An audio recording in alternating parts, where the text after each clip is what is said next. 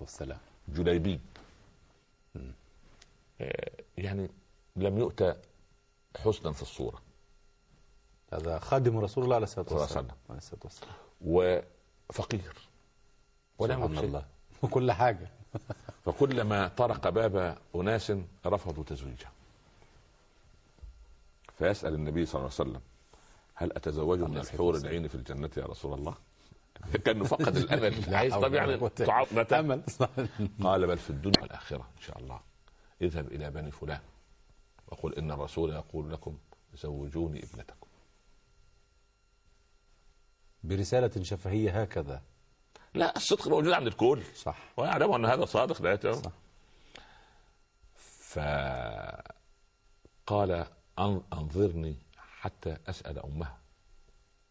الوالد مش انت مين؟ من انت؟ فالبنت تسمع. قال: اتستشير امي في امر من امر به رسول الله؟ اترد رسول الله؟ البنت مش بتربي على دين. يا الله، مش بتربي على دين. انت عايز ترد رسول الله عليه الصلاة والسلام؟ لا. فالام كأنما ترددت فوافقوا. ثم عاد ووجهه يدل على انه مش فرحان. فقال الصحابة: ردوك يا جليبيب؟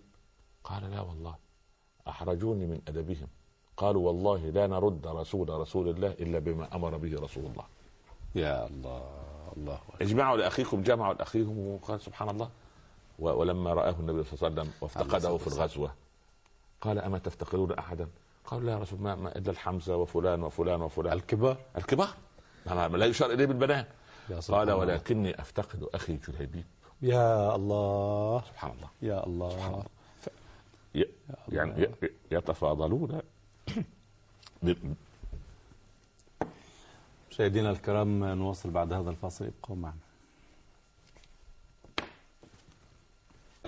مشاهدينا الكرام، مرحبا بحضراتكم مرة أخرى. معنا نرحب بالداعية الإسلامي الكبير فضيلة الشيخ الأستاذ الدكتور عمر عبد الكافي. مرحبا بفضيلتكم. نكمل